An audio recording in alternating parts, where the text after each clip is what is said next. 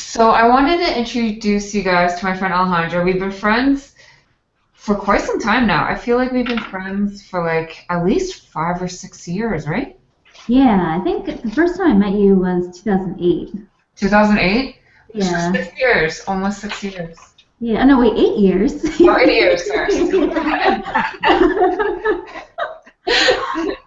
We met through a friend of a friend, and it was when we both were kind of starting our own businesses. I wanted, obviously, to be a photographer, and then Alejandra was starting her organization business. And then ever since, in those 8 years, just things have kind of evolved, and both of us have grown so much in our own work and our own businesses. And I know in our cohort, I talk a lot about having accountability partners and help keeping each other accountable. And so Alejandra is actually my accountability partner. We talk every day for like pretty much from 5 to 15 minutes. We have phone conversations in the morning, and we just talk about the things that we wanted to accomplish for the day, talk about our goals, and if things don't happen the way that we wanted them to happen, we'll kind of work it out together and encourage each other or try to motivate each other to just have that day be that day and then start a brand new day fresh,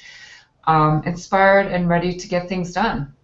So, It's yeah. it's so helpful. It's so helpful just talking to someone else when things aren't always going as planned. So if you plan to have a really productive day and something happens, it's good to talk about it with someone else who just understands what you're going through as a business owner and just have that support right there. It's just so nice and so helpful. Yeah, yeah, and yeah, I know there's definitely been times when we'll get together and both of us kind of have like a crappy day, and it just feels better to have someone to talk to and rely on about that. So Yeah.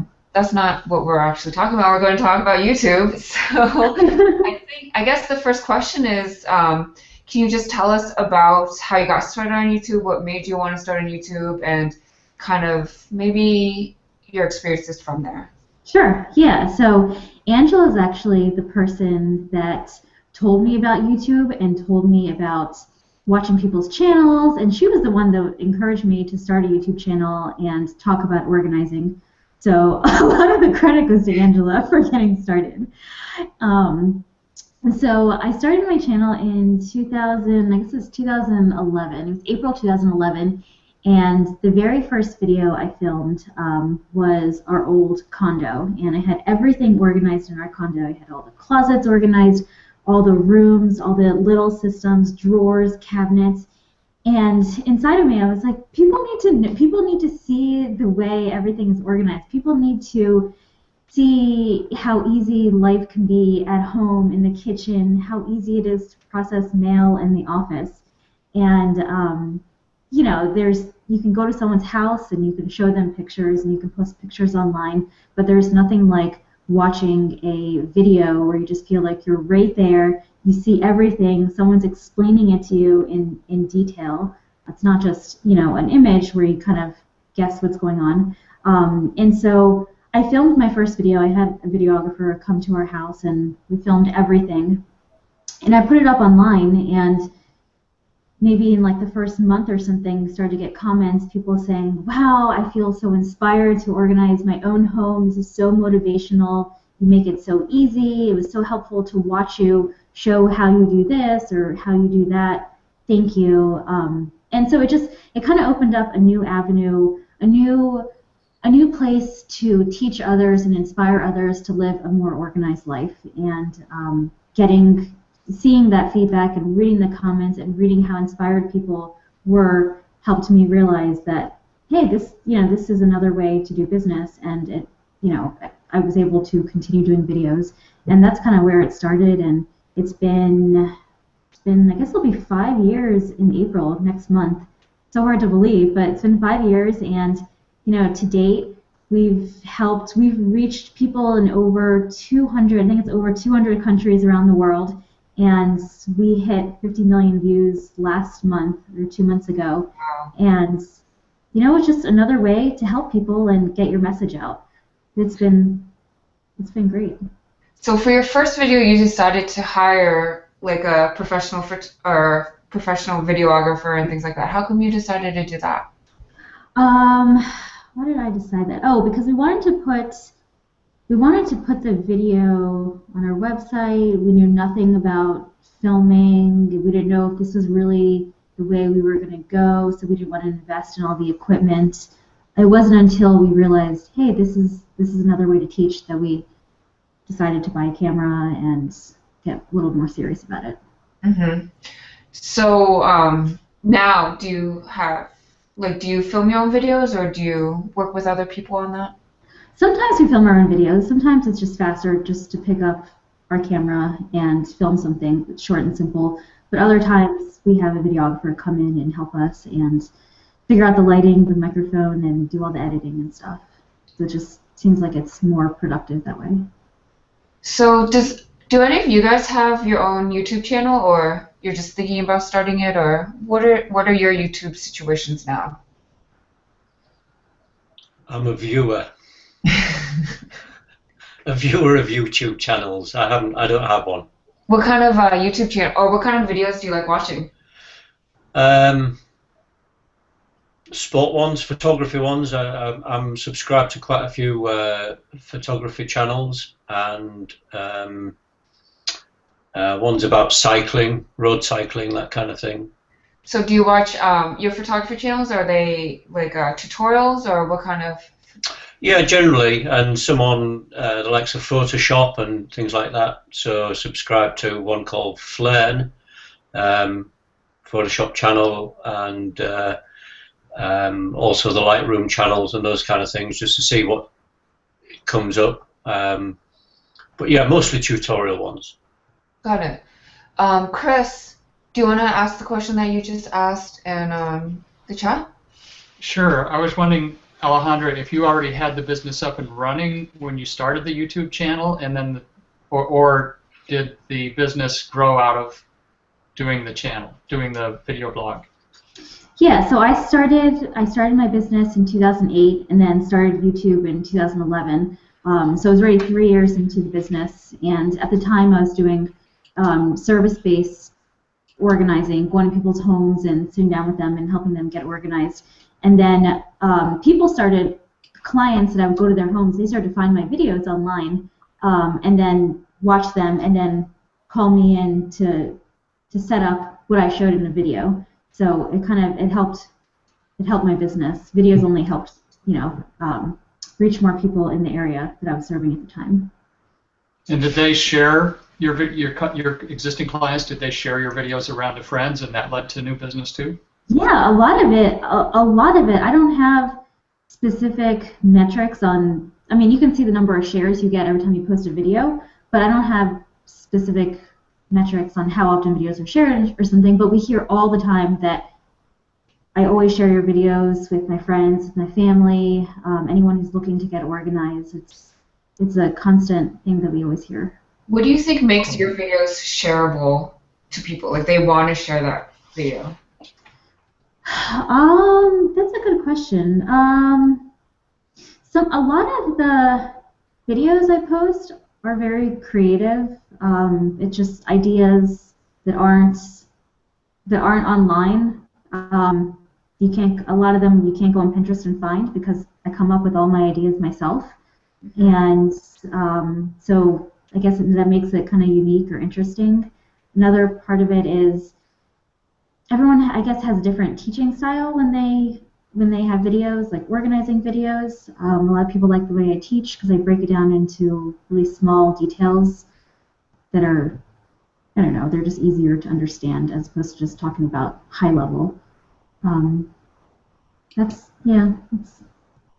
why I think people share them. Yeah. I think that when I was moving, I definitely watched a lot of your videos just so I could help get my new house like organized and ready to go right when I started moving. And I think that your videos were so great because I did learn something from them, but they were broken down to such easy and manageable tasks in each video. It wasn't like 100 different kinds of organizing ideas. Like it feels like each video in particular was like how to organize underneath your bathroom sink, and that was just one video, one area of the house to work on. And you just went on from there, just like whatever room or little space that you wanted to organize. I think that made it like very easily to digest watching Yeah. you. Oh, okay. Yeah, it's more focused. It's like just do one area at a time and kind of break it down. Yeah, definitely. Oh, thank you. Sure. I see that most of your videos seem to be 4 to 8 minutes long, with occasional longer ones. Do you feel that that's the best kind of length of video to post? Yeah, it's like the 8-minute videos, they're so long. A lot of people have a short attention span, and so if you don't give them what they want to hear in the first, like, I feel like the first 30 seconds, they're just gonna click out and go somewhere else, unless they're really engaged and unless they really are focused on what you're teaching them. So I guess it just depends on what you're teaching. I mean, you don't want to, if you have 8 minutes of good content to talk about, I say talk about it for 8 minutes as opposed to rushing it into 3 minutes, because the right people will listen for the full 8 minutes or close to 8 minutes. Yeah.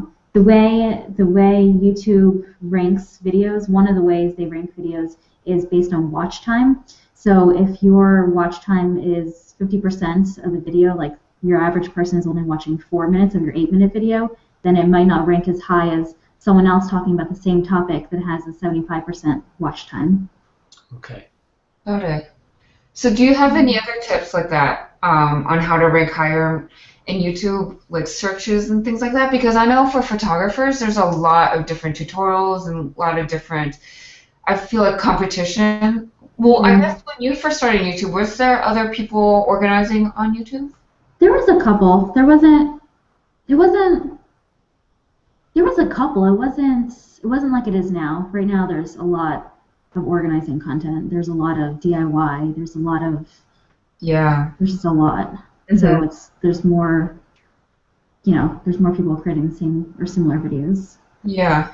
But one thing I always do is every time I'm like, before I'm about to post a video online, I'll always look up like keywords and what people are searching. So I'll go to youtube.com and I'll go to the search bar, and if it's a kitchen video, I'll type in the word kitchen and I'll look at the auto suggest keywords. So if I type in kitchen organizing space, I'll probably come up with kitchen organizing ideas, kitchen organizing ways, whatever it is. And then the way YouTube filters that is the top result is what's trending, or not what's trending, but what's the highest search result. So if I take kitchen organizing and the first word is kitchen organizing ideas, then most people are using the word kitchen organizing ideas to search for kitchen organization. Yeah, that's a good one. Yeah, and then I always make sure to match the title of my video, the tags of my video, and the description of my video. Those three things always have to match the same keywords. That's a good tip. So, tell us about like how often you post and things like that. So in the beginning, I posted maybe like once a week. Maybe there were weeks that I didn't post, but the past year and a half, I haven't been very consistent in posting every week, because sometimes I don't have ideas, sometimes I'm not working on videos, sometimes I'm just working in my business, I'm working on a new program, and sometimes it's not always a priority, so I'm not always consistent.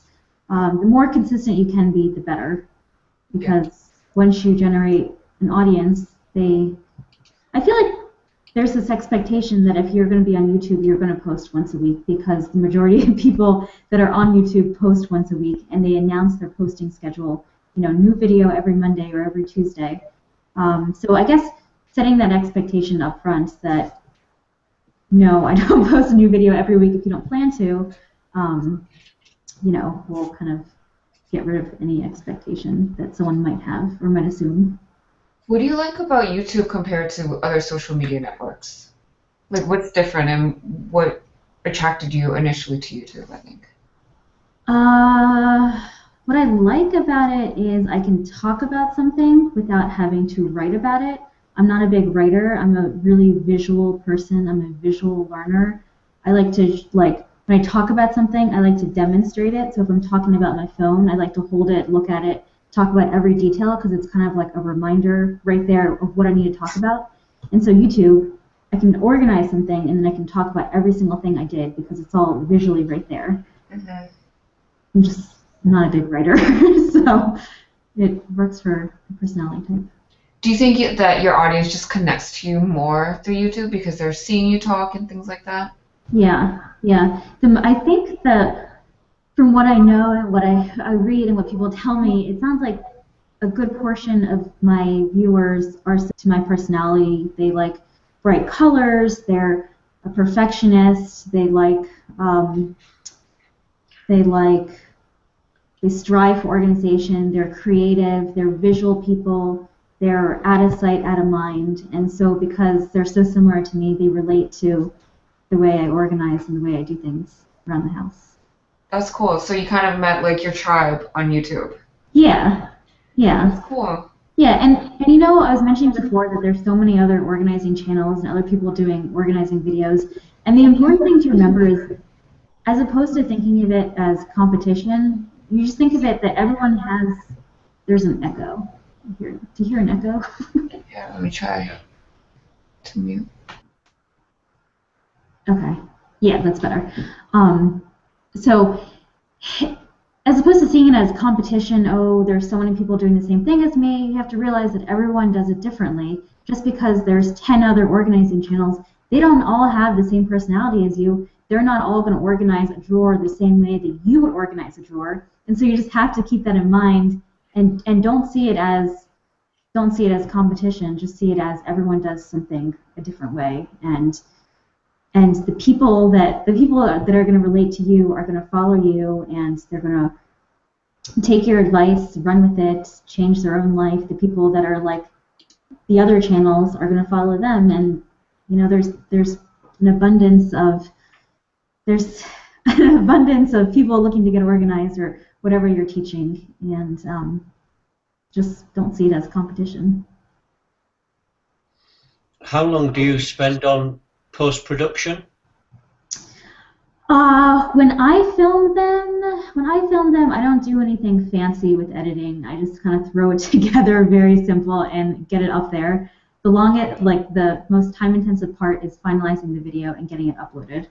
But when we hire a videographer and they do the work, you know, they probably spend a couple hours on it. Not very much. I think the hardest part is creating all the assets, like the intro, any title cards, any transitions, a motion graphic, stuff like that. And then once you have all those things created, I think it's just a matter of dropping it into iMovie or Final Cut Pro or whatever editing software you're using. Yeah. Okay. Do you see any engagement difference between the professionally done videos and the ones that you guys do? That's a good question. The ones that we do, they're more like home videos, and I feel like people relate to me more because it's more raw. It just feels like you're there with the person, as opposed to the professionally edited videos. They're so clean, they're crisp. Yeah, I feel like the home ones, people relate to you more. But the professional ones, you know, you can have things moving in and out, like graphics and stuff that you can put an annotation on top of that you can click to go to your website or to some call to action. I think we go back and forth with this, and I think the answer is doing a little bit of both. Yeah, and Go ahead. Oh, I was going to say another thing is it's just being yourself on camera, just showing who you are and letting people see your personality and not worrying so much about saying and pausing and not knowing what to say. It's just being yourself, and people will connect with you more when they realize that you're just like a normal person. You're not a perfect celebrity whose everything is just so, perfect, and you talk so perfectly. Just be yourself. What about if you've got a face that's more suited to radio? And a British accent. And a British accent, yeah. I think again, it's just being yourself, and Or you could be John Oliver. There you go. Yes, John Oliver. Yeah. He's good. I love listening to you talk. I don't know what you're talking about. I think that it's so fun. Like even in your blog post, I love how what Kathy was saying, how you put your little British slang, or I don't know how she said it, but I love it. I think, Alejandra, you made some really good points about just being yourself, and I know Trey Ratcliffe has talked a lot about being vulnerable, and how, and you also mentioned about not worrying about competition, because there's, no matter what we're doing as a business or a non-business, a hobby to share, there's people out there that are doing things that are very, very similar. And what people are really going for these days in finding somebody they want to follow or somebody they want to work with is they're buying you. They're buying your personality, your particular energy, and the way that you communicate, the way that you kind of resonate with who they are. And so that's the thing. I've been coaching with a business coach recently, and more it's coming out that just to really be ourselves, and that's what people are going to be gravitating to. Yeah, exactly. Because no one else is exactly like you. No one else is exactly like me, and that's what sets us all apart. Yeah. So we are our own brand. It's not like we're creating, especially as entrepreneurs, we're not creating a brand like a big corporation. Our brand is who we are. Yeah, exactly. Which is like, Angela, that's what you've done too with your blog, and just being really personable and personal, sharing personal interests and what you do. Yeah, I think for me in the beginning it was really tough because I didn't know if people would care or I didn't know if people would be interested. But the more that I let myself out there and talk more about personal things and things like that, the more fun I've been having, just because people will connect to me more and we'll have more things to talk about when they comment, or they get to know me and they're like, no, last week you said this, like, why are you saying it like this time, or something like that. It's just more fun, I think, when you really just put yourself out there, more than anything for me. That's the key. If you're doing what you love to do and you're having fun, the fun is element, and that kind of energy, that's what will attract your clients. Yeah, definitely. Yeah, and if you can help someone at the same time, even better. It's yeah. I want to know if you've done a video on organizing photographic equipment. I'm always losing something in plain sight. Good question. I have to tell you, she was about at least an hour late going to a shoot at the local arboretum because she couldn't find some of her key photographic items. Yeah, really? Okay. I've done I did a physical photo organization video 3 years ago, and then I found this memory card organizer on Amazon, and I've been using it for 2 years, and I had all my memory cards labeled 1 through 8, and then they all were on the organizer, and I meant to do a video on that, and I never did, and that's pretty much the extent of my photo organizing videos. Yeah, we just keep reusing our memory cards, so that would. It's more all the little filters and LEDs. Bonnie, maybe we should volunteer to be a test case for Alejandra to see if she can succeed in getting our complete disarray organized. We give you rights to the video. Yeah, that'll be fun. Is there? This idea just totally popped in my head. In the past week, I've been using koozies, like drink koozies, to organize. Like I've been putting like glass bottles into a koozie and making my own cleaners out of them. I wonder if you could use a koozie to put a lens inside and like keep it from getting damaged. Or That's a great idea. That's a great idea. You could even put it over the bag. Yeah. Well, Yeah. we used to do that when we would travel with our kids. And everybody would have a water bottle that all looked the same. So we would take those colored things that people put around ponytails and put those around the water bottles. So I think it would be a similar idea, only it would be more noticeable. Yeah, yeah. Or keep it like protected since they're foam, like from getting damaged. Yeah. You're talking about those foam cozies that actually keep a beer can cold, right? Yeah. Or a hot drink hot. Yeah. Right, and it keeps it like it's like it's foam insulated, insulated. so it protects. Yeah. I don't know. But Bonnie, why don't you tell her what our challenge is?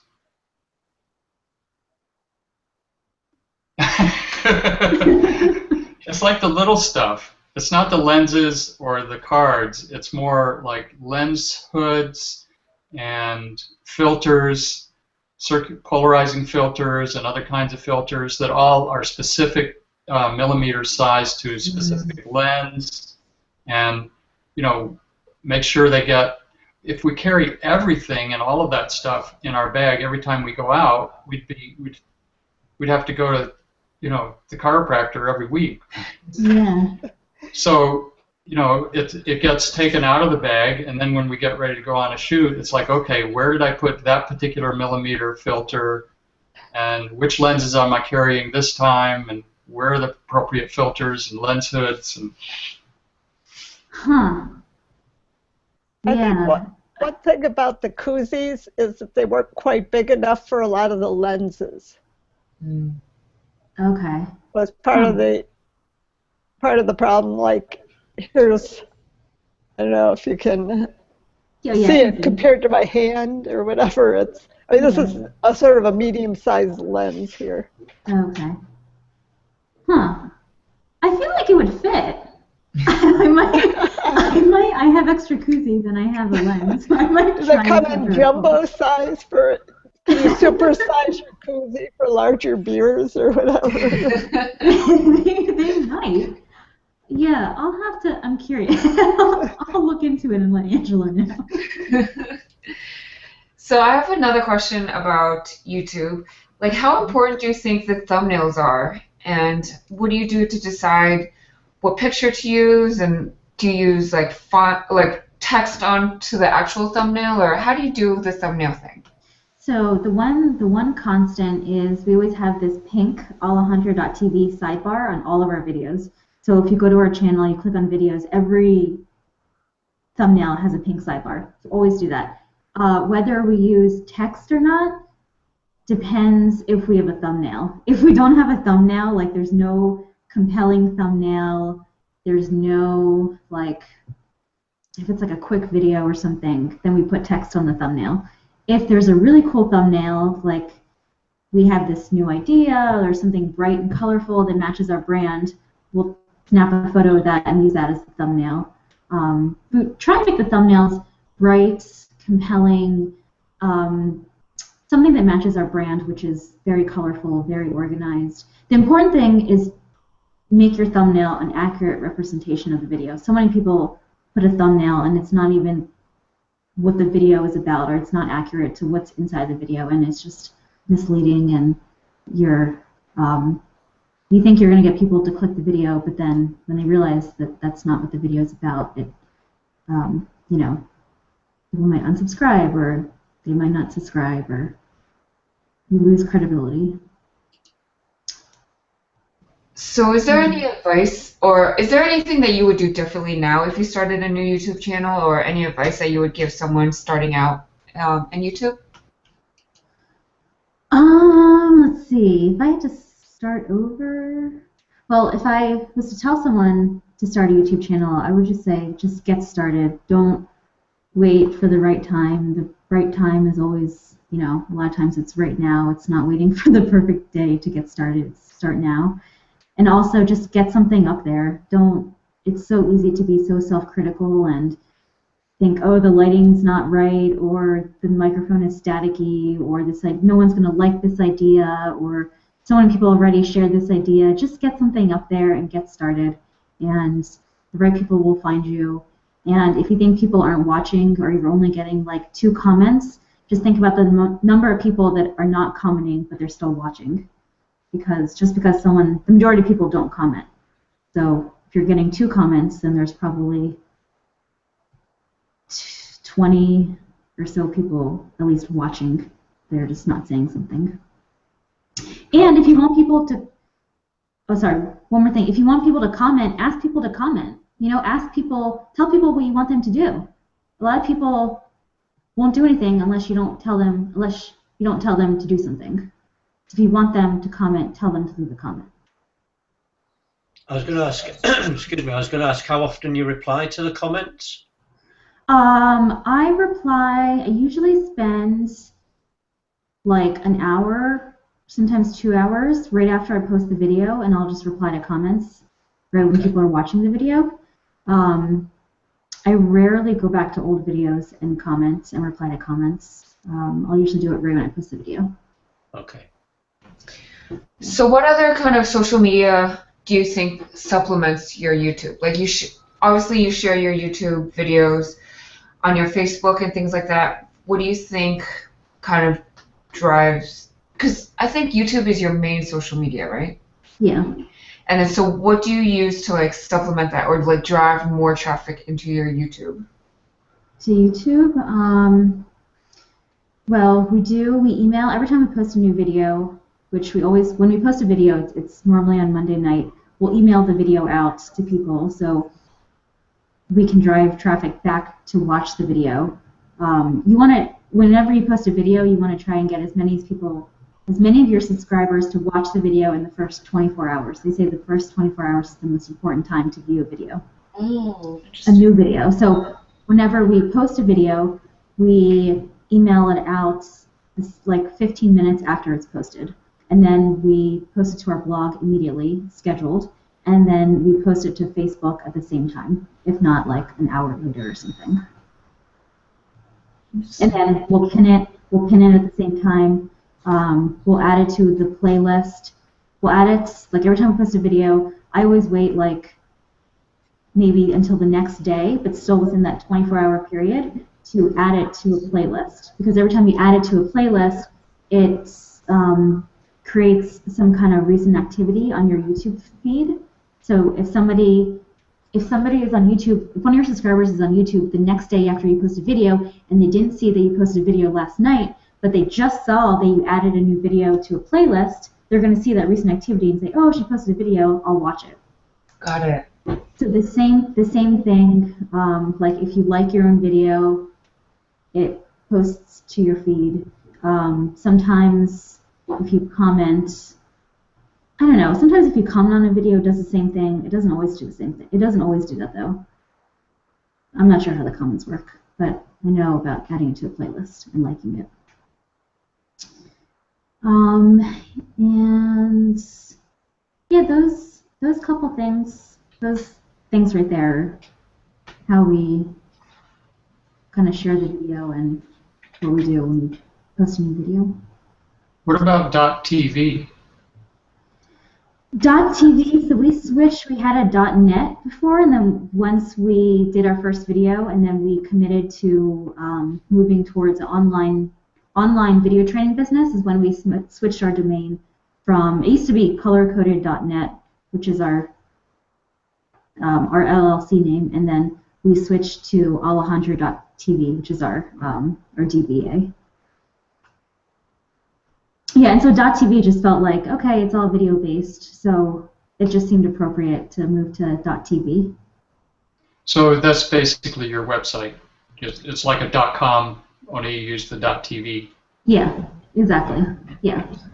So is most of your traffic from YouTube onto your website? Most of... Or how do people, like, how do people find you? your website? People find, okay. Most people find us through YouTube or a referral, because a lot of our videos get shared. Like, on average, last couple of videos, they didn't have as many shares because they weren't idea based, but an average video gets like 600 to 800 shares on our website. And so a lot of people find us through shares, a lot of people find us through YouTube, a lot of people find us through, there's a couple blogs that we advertise on. We'll advertise on the sidebar. Some people find us through there. And then regular Google search. Regular Google search. Our video page from our website, alejandra.tv, will come up in addition to the YouTube result. So whenever you do a YouTube video, if you put it back on your website and you're using the same keywords, let's say it's kitchen organizing ideas, when someone Googles kitchen organizing ideas, not only will the youtube.com link come up in results, but your website link will come up if your video is on your website and if it's optimized using the same keywords. How do you come up with new video ideas? A lot of it depends on like availability. So like what I have available to organize and to film. So a lot of people request baby organizing videos. Like there's been so many requests for like nursery organizing videos, and I don't have a baby, I don't have a nursery, so it's hard to fulfill that request. So a lot of it is what I have available, or if it's like a product organizing video, if I can get the product and test it and give a review, I can easily do that. It just gets complicated when it requires me to go somewhere else or go to someone's house and organize a space that I don't have physically inside my house. Yeah. Did anybody have any other questions for Alejandra?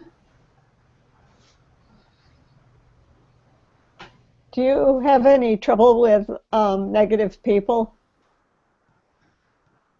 Yeah, sometimes I'm affected by it.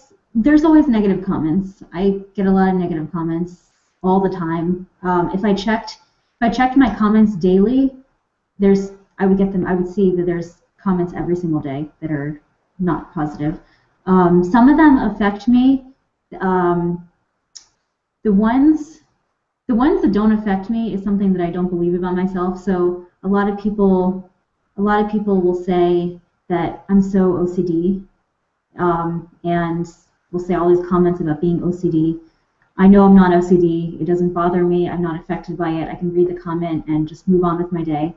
If it's something that I do believe about myself, if it's something I'm struggling with, like if someone says, if someone says, I don't know, you look like you gained weight or something, and I'm bothered by my weight at the time, then I'll get affected by it because it's something that I'm bothered by. So it just depends what the comment is. If it's something that I don't think is true, I just roll it right off me and move on. If it's something that I'm bothered by at the moment, then sometimes I get affected by it. But it's important to realize that a lot of times people say things based on their own situation or their own what's the their word? Own insecurities. Yeah, right, exactly. Their own insecurities or the way they view something. So. So do you respond or you just ignore them as much as you can? It depends what the comment is. If the comment is something really negative and just it's going to hurt other people, then I'll delete the comment. If it's something about myself that doesn't bother me, I just leave it and move on. If it's something that is a legitimate comment, something that I did wrong or something that I should have done differently or something, I'll address it and I'll reply being respectful that I appreciate their comment and their feedback, because negative or positive feedback is always helpful. Negative feedback is good for me to know, what they're thinking, because if one person's thinking something, then chances are other people are thinking the same thing, and so I want to know what that is. So I'm always appreciative and respectful of negative comments. Okay, thank you. Sure, yeah. Alejandra, is all of your video material free, and then it's really used as your content marketing plan to bring in clients? Yeah, so everything on YouTube is free. And in the beginning of my video, I talk about a free video series that's back on my website, and I put an annotation on top of a graphic that slides in, and that's another free content that somebody can sign up for. That they once they sign up for it, they're now on our email list.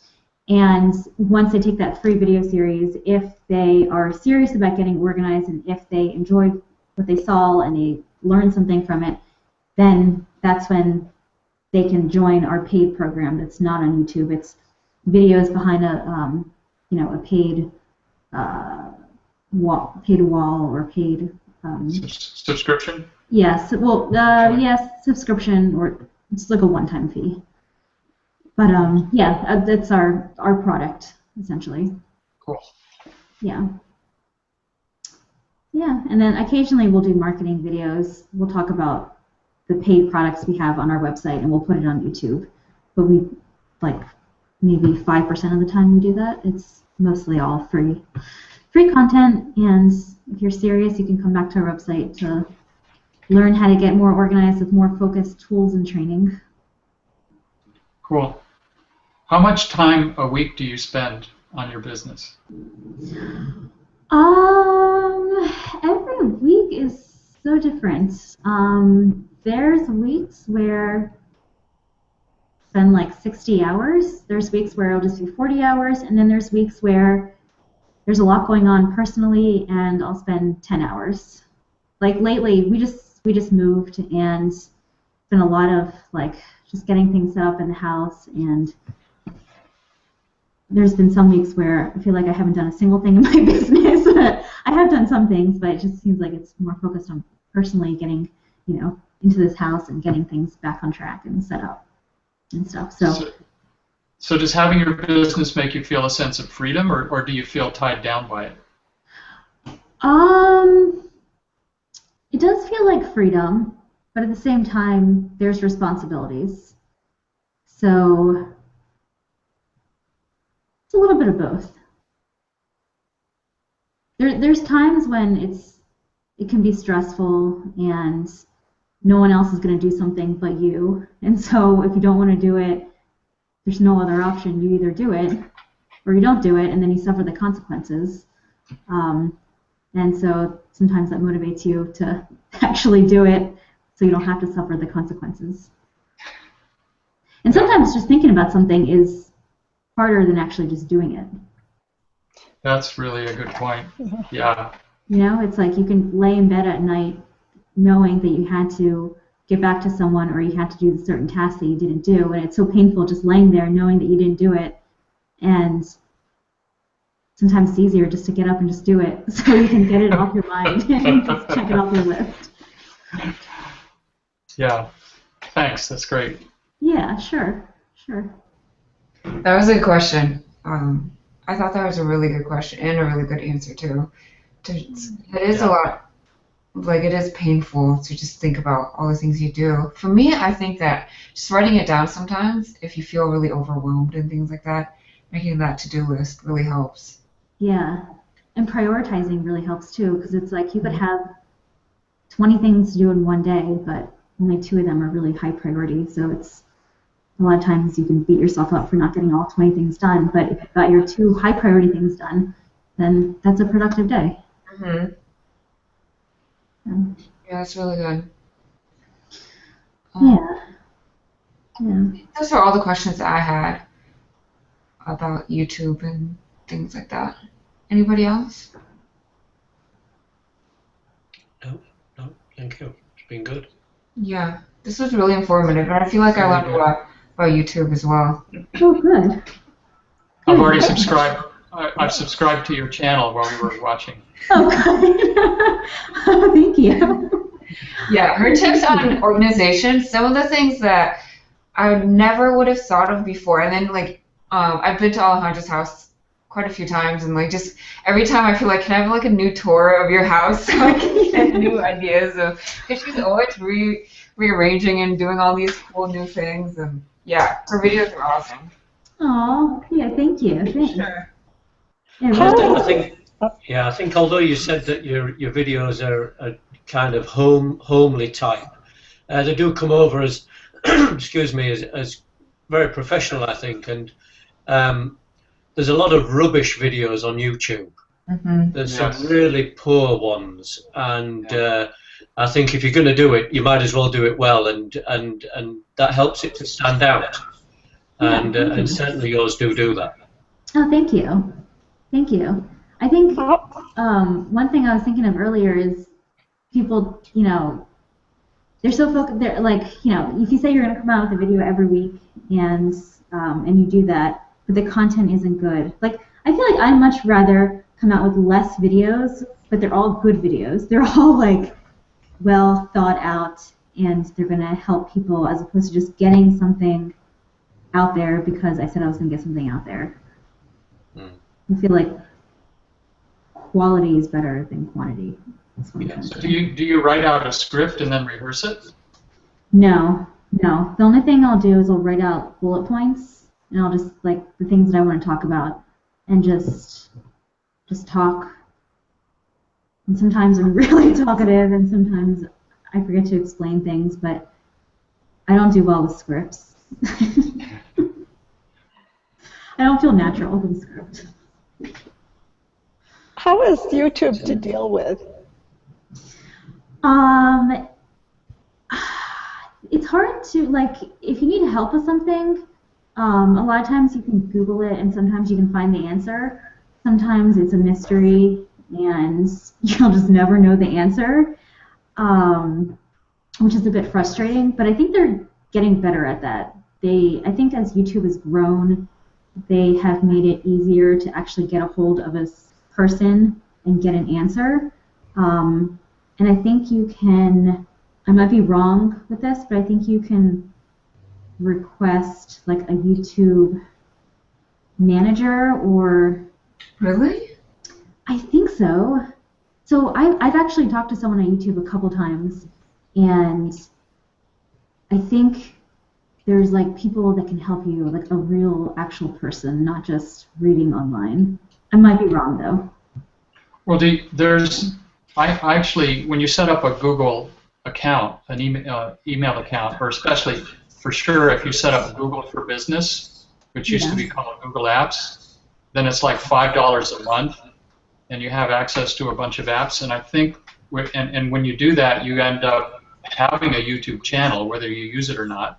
But I wonder if at your level that you've gone with the volume of videos, I think it's based on volume, then you have a sliding scale of cost.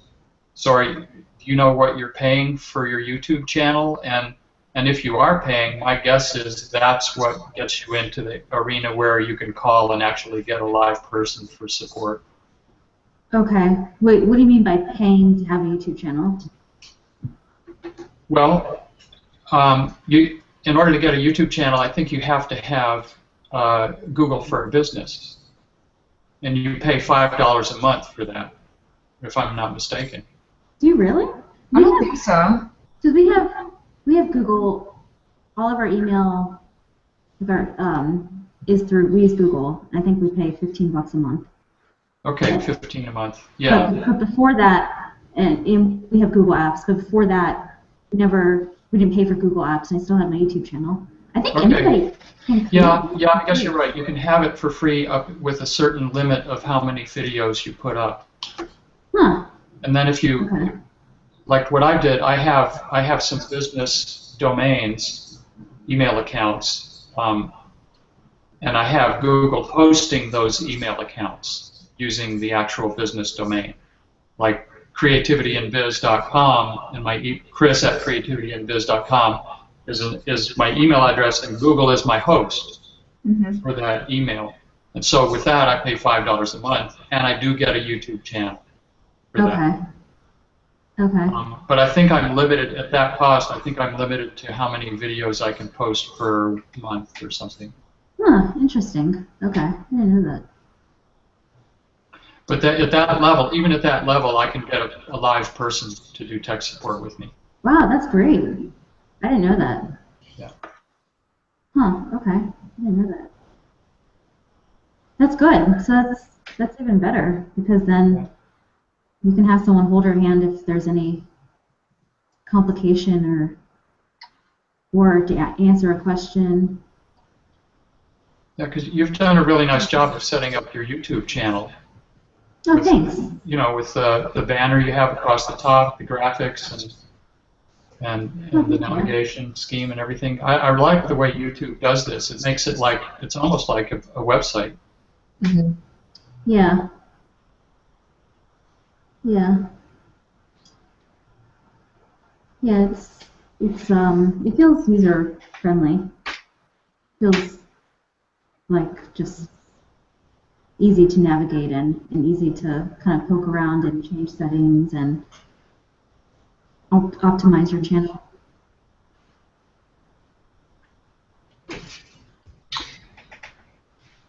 Well, I appreciate you taking the time out to talk to us. I think all of us learned a lot, and thank you for being so honest and open about everything. I think that we can all take away a lot from it. Yeah, sure. Sure. Yeah, I enjoyed this. Yeah. It was helpful. Yeah. Yeah. And now you're in the middle of planning. Like you're doing 4 videos next week, right? Yeah. What are those videos going to be about? 2 of them, I'm going to do like a bathroom organizing series. So it'll be part 1 and part 2. Cool. And it'll be like cabinets, drawers, the medicine cabinet, the countertop, and then like the surrounding areas. Mm-hmm. And just a question on that. Why are you doing it in 2 parts rather than one single one? oh, if I do one, it's just going to be very long. Okay. Yeah, so I'm breaking it up into like the bottom part and then the top part.